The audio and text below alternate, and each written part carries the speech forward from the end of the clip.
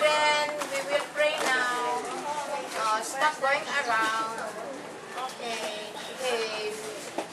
Behave, Jancy. Sige, Pastor. Sige, before kita mga muyo, magkakanta kita ang isang doxology. Praise God. Ready? Sing. Praise God from whom all blessings flow.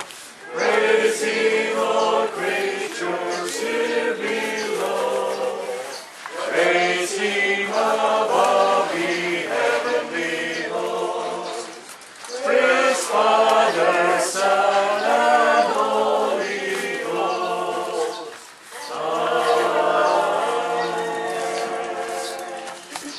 Diyos, kadamay namon nga labing balaan sa sining nga hapon, nag-rejoice kami together with Manay Eden at sa iyang family sa pag-celebrate niya sa iyang 72nd birthday anniversary. Nagakalipay gid kami Ginoo nga ikaw maayo gid nga Diyos sa iyang kabuhi kag sa iyang panimalay. Kag nagapasalamat gid kami sa madamo nga mga tinion sa iyang kabuhi. Nga ikaw Ginoo nangin palalikdan niya kag ikaw amo ang nag-comfort sa iya, especially sa time Lord nga nagaabot ang kapungaw kag mga hindi maayo nga pamatyag sa iyang lawas. Salamat gid Ginoo nga although nga hindi na gid siya very active gid sa mga hilikuton sa simbahan, but Lord, she is doing her ministry in the church, Lord. Kag salamat gid nga she is so diligent, Lord, sa paghimo sang sini nga mga ministry sa church.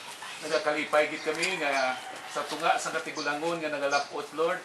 Ikaw sa gihapon nagagamit sa amon kabuhi kag naging productive kami sa gihapon sa imong ulubasan.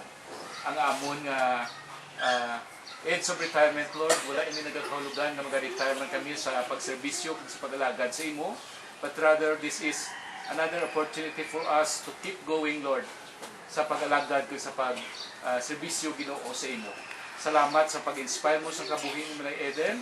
Salamat gid sang iya nga kabuhi nga naging inspiration man sa madamo nga mga tawo simbahan, especially for us, Lord, ng mga pastors.